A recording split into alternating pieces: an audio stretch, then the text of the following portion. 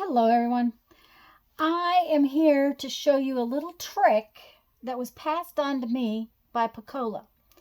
And those of you who don't know PCola, she moderates for several of the YouTubers, and she and I live reasonably close together, and we thrift shop quite a bit. And we were in the store, and I was hunting for these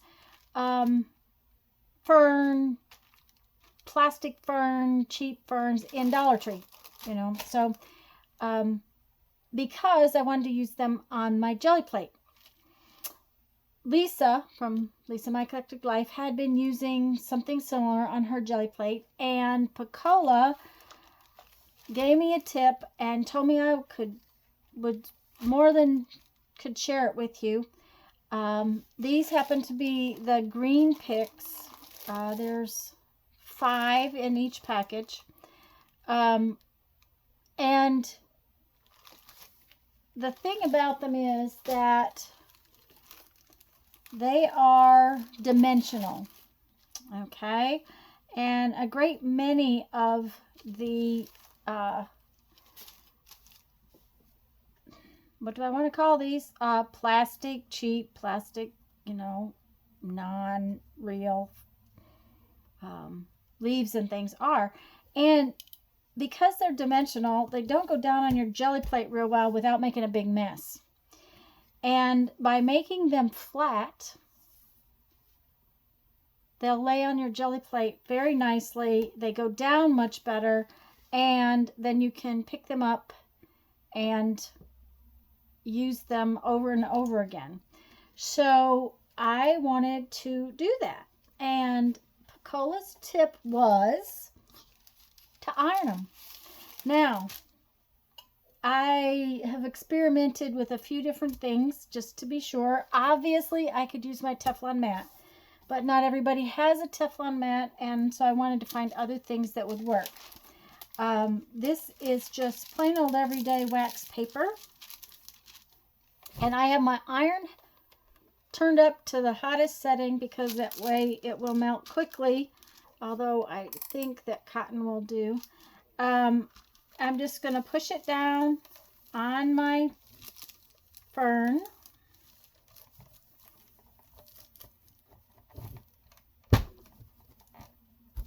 And iron it flat. Now, with the wax paper, you need to set this aside and let it cool down. Just an FYI. So I'm going to go ahead and do one in the parchment paper, and I'll show you. These are the 2 boxes I used: Cut-Rite wax paper and just store brand parchment paper. The thing about the parchment paper is that you can use it more than once. It doesn't stick to itself. So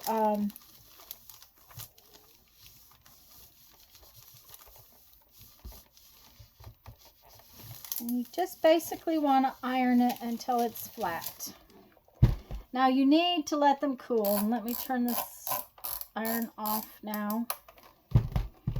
You need to let them cool, because if you don't, parts of them, like the wire, there's a wire piece that's down the middle of this,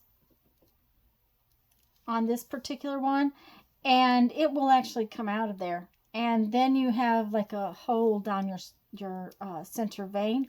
So it's best to let them cool just a little bit, but you'll know when when you can pick it up. And see, the parchment paper I can use over and over again. It came apart very nicely.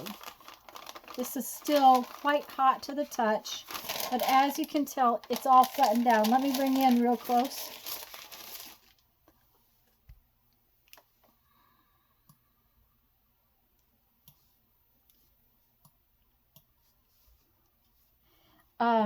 Now, one side's real flat, one side's not quite as flat, but at least it lays flat so that you can get it laid down on your Gelli Plate. Let me show you one that's not flattened out. You see, it's quite dimensional where this one's flat. Now, of course, the more you iron it, the flatter it will get. It does kind of block up right there a little bit, but that's okay with me because, you know, we don't want all of our leaves to be exactly the same. Now, when it comes to the wax paper, this is still warm, but it's not hot. Let's back you out a little bit.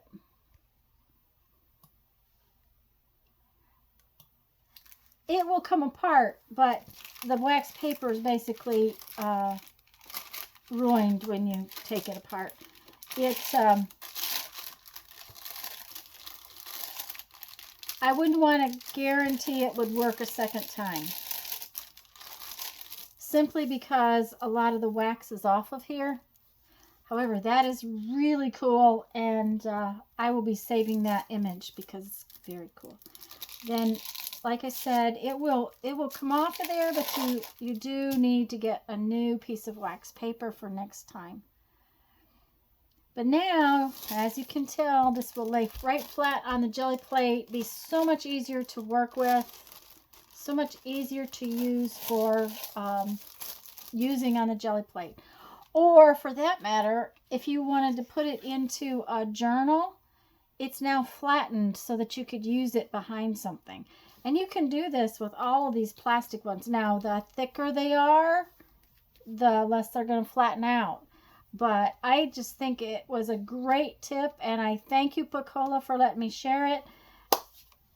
Now go have fun. Make some art. Bye-bye.